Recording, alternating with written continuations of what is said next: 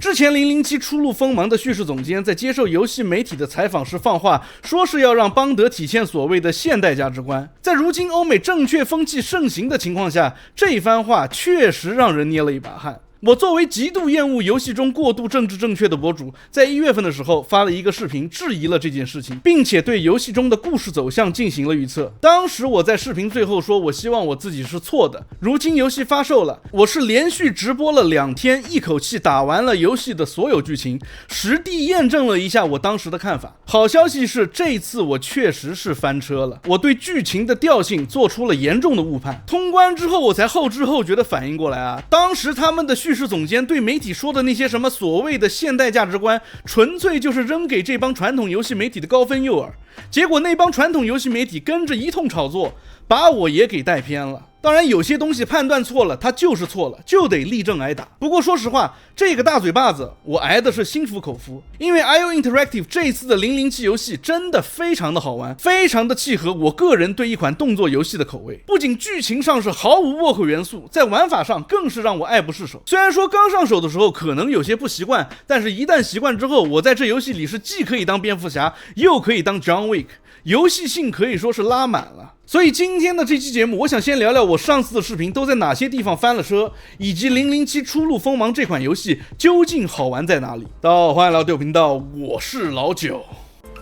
我在當時的視頻裡說 ，IOI 選擇用起源故事開篇，目的就是要把邦德弱化，把他變成一個衝動的菜鳥，再讓女性角色以成熟穩重的姿態襯托他的聲色。我還預測說，遊戲裡肯定會出現年輕的邦德不聽指揮，擅離職守，把任務搞砸，甚至害死同伴，然後經歷失落反思，最終在各路女俠的引領下成長起來，完成拯救世界的橋段。當時在聽到他們敘事總監的那番言論之後，我以為制作組是想要把經典邦德身上的那份近乎傲慢的自信、不容置疑的主導權，還有那股舊時代的風流勁兒，通通解釋成不成熟的表現，用一個看似合理的起源故事把他們一併抹掉。然而我在通關之後回頭再來看看自己當時的這些言論啊，只能說我確實猜中了一丟丢的皮毛，但總體的方向上簡直是差了10萬8千里。年輕的邦德確實擅離職守，害死了同伴，但如果他不出手，情況只會更糟，所以他在很多時候的判斷其實都是对的。真正讓邦德成長起來的也不是什麼各路女俠，而是他的導師格林威。而且這個新兵蛋子不僅經常拒絕執行 Moneypenny 的行動指示，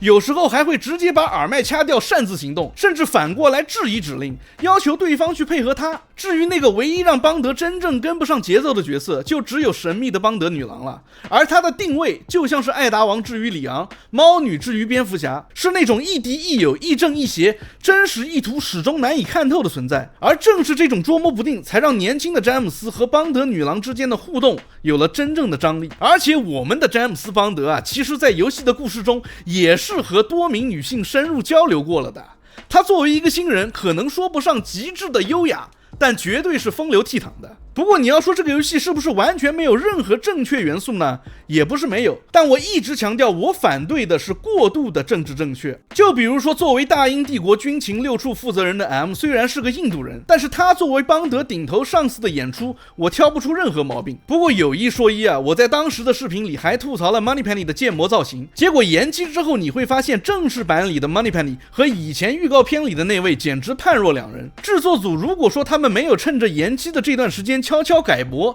我是不相信的。两者之間的差異肉眼可見。不過不管怎樣，能听进玩家的反馈并及時做出調整，總歸是件好事。總體而言，這個新版的詹姆斯邦德雖然說是個新手，但是他展現出的那種對於對的事情的堅持，還有那種不懼一切的勇氣，讓我覺得他骨子裡還是那個007。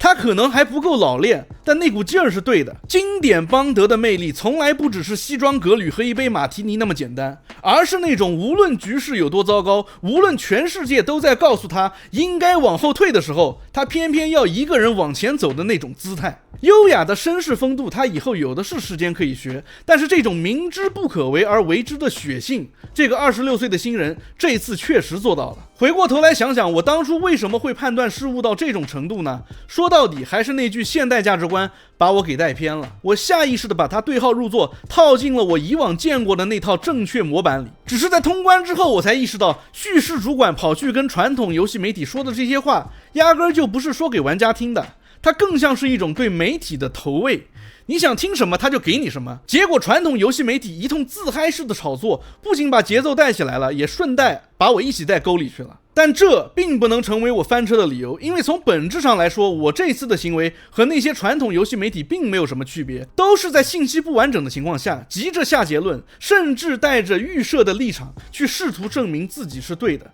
用一個已經準備好的答案去套一套還沒有發售的遊戲。只不過區別在於，我在完整體驗之後才意識到自己的判斷有問題，並且做出了調整。而那些傳統游戲媒體在高分已經給出去，流量已經拿到手，正確理念已經傳播開來之後，通常就不會再有後續的修正行為了。不過話說回來，我為什麼會這麼容易就掉進這個坑裡呢？其實也不只是我一個人的問題，現在的玩家群體某種程度上已經被整個遊戲行業訓練出了一種近乎條件反射式的警惕機制。很多時候啊，只要看到一點點過度正確的苗頭，就會像 PTSD 一樣，本能的往最壞的方向去預判。被惡心多了，自然就會額外的在意。但也正因為這樣，當一款遊戲真的沒有走那條路的時候，它反而更容易帶來一種出乎意料的驚喜。而007初露鋒芒恰恰就是這樣一款遊戲。拋開這些我一開始的誤判不談，這款遊戲帶給我的實際遊戲體驗絕對是令人驚豔的。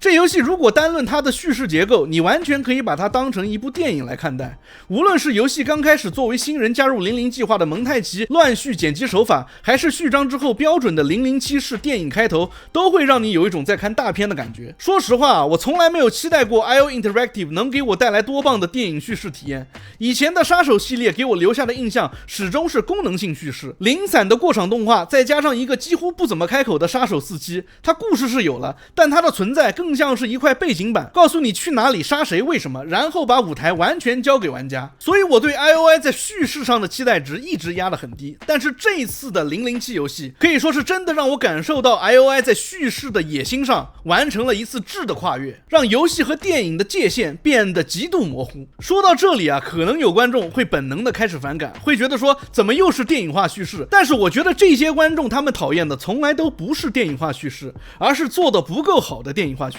說實話啊，這個遊戲一開始的新兵訓練階段，我剛上手玩的時候，確實也覺得節奏有點太慢了，當時心裡還咯噔了一下。但是一旦到了正式的任務，遊戲的節奏就完全起飛了。每次任務開始前的無縫轉場，前一秒還是使命召喚感十足的任務簡報，下一秒鏡頭就絲滑地回落到了邦德身上，提示你已經可以直接操作了。而且在整個遊戲中啊，它穿插了大量極具視覺衝擊力的高燃追逐與逃生橋段，無論是在隨時可能崩塌的廢墟中奪路狂奔，還是在火光衝天的爆炸中極限逃生，遊戲都把那種命懸一線的絕境感渲染到了極致，用極強的視覺衝擊力拉滿你的腎上腺素。遊戲中尤其是槍戰部分的設計，是我覺得電影感做得最好的部分。具體怎麼個好法呢？這一點我會放在後面講戰鬥的部分一起說。遊戲的整個遊玩形式主要分成兩個部分，前期的收集情報潛入階段和後期的戰鬥部分。在關卡的前半段，你需要在一個開放的箱庭環境裡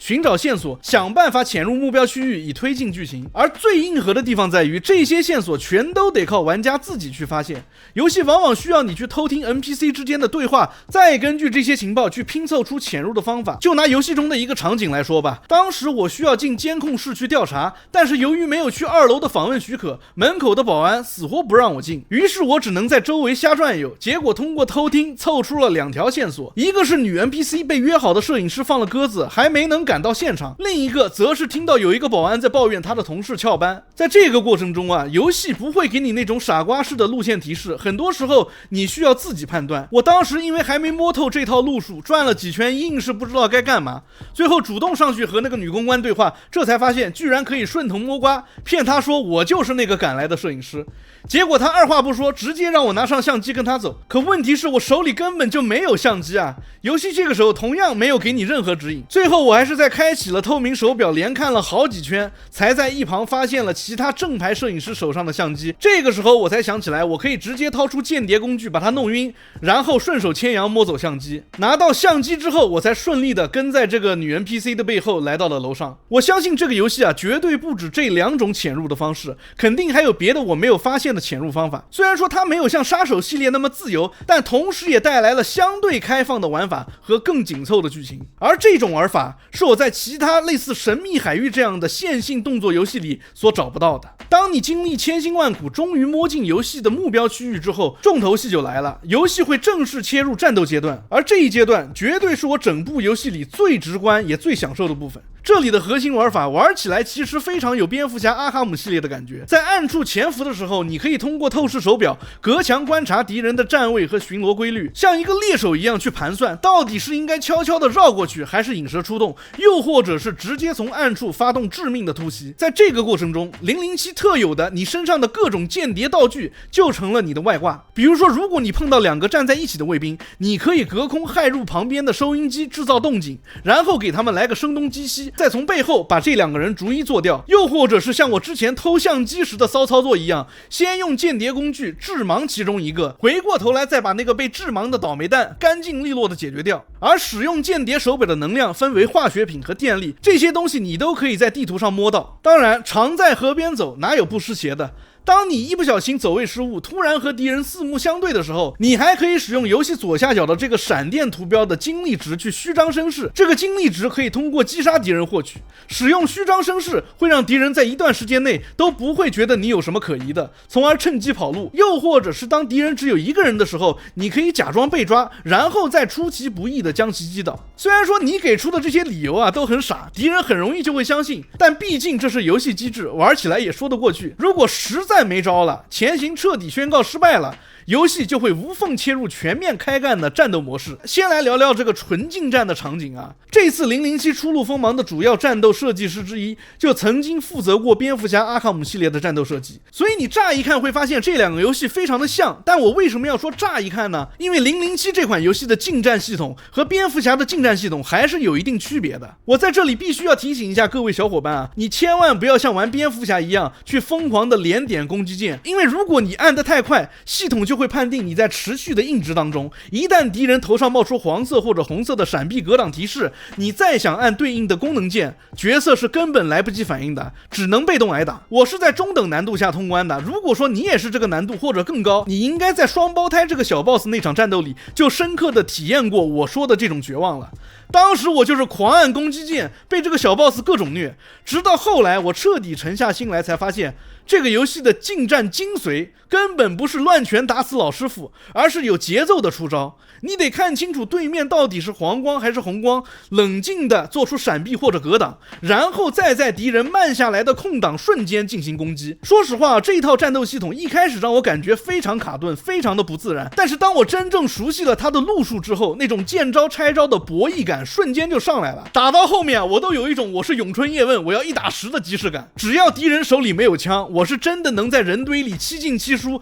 以1敵100的。而且當敌人被打到一定次數陷入失衡之後，還會觸發近戰觸覺，你甚至還能直接把敵人一把抱起來擒拿，要麼按攻擊鍵瘋狂的用膝蓋進行猛擊，要麼配合方向鍵把敵人直接推出去，讓他狠狠地撞在牆壁或者是桌子這種環境物體上，造成大量的2次傷害。更爽的是什麼？场景裡的空酒杯、錘子這些小道具，你隨手就能抄起來往敵人的頭上招呼，那個把道具砸碎的反饋效果驚人。你的間諜手表如果資源充足，同樣可以在戰鬥途中開啟子彈模式，給敵人致盲或者是電擊，然後一套處決帶走。不過我一般只會用這個方法對付那些血厚且不太好對付的小隊長角色。再來說說槍戰的部分啊，這個遊戲玩到後期，敵人就基本上都是全副武裝帶槍上陣的了。而最刺激的地方在於，每次正面開幹的時候，你往往一上來手裡就只有可憐的幾發子彈，甚至乾脆手無寸鐵。哪怕你在周圍能夠撿到敵人掉落的槍支，裡面的彈匣也基本都是殘缺不全的，子彈少得可憐。你唯一能做的就是利用手头仅有的这點資源，以最快的速度去解決離你最近的敵人。子彈打空了不要緊，你可以直接把空槍當成板磚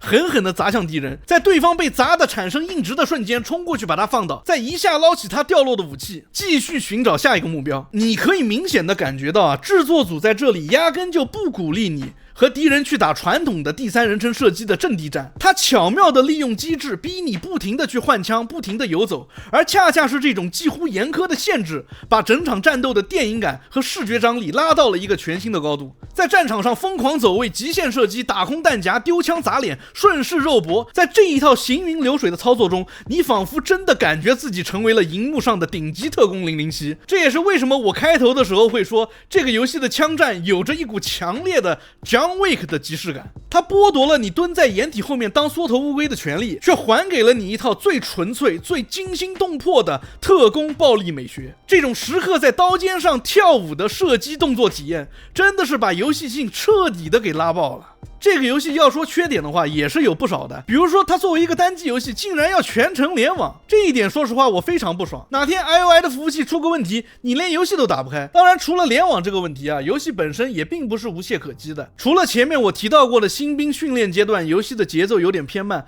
另外遊戲還有一些零散的技術層面的小問題沒有打磨乾淨。比如說如果你走得太快的話，某些過場動畫會提前觸發，導致部分劇情對話被直接跳過。而且我在流程的後期還遇到了物品无法互动的 bug， 害得我只能重新读檔再打一遍刚剛打過的敌人。另外遊戲中的 BOSS 戰呢，雖然場次不多，但是它給我的感覺就是除了最終 BOSS 戰，其他的 BOSS 戰打法都差不多，沒有什麼新意。優化方面呢，由於我的機器配置較高，我的體驗沒啥參考價值，但我看了網上的評價，主機上沒啥大毛病， PC 的整體表現只能說中規中矩。據說 N 卡的優勢很大，所以 A 卡玩家最好在入手之前看一看相關的帧數對比視頻。Later。總的來說，007初露鋒芒是一款讓我結結實實翻了車的遊戲，但是我翻得心服口服。從最開始捏着一把汗，帶着滿腹質疑的開完，到連續2天直播根本停不下來，再到最後通關之後坐在椅子上發呆了好一會兒，這個情緒的轉變弧度，說實話比我預期的要大太多了。IO Interactive 用這款遊戲證明了一件事情，那就是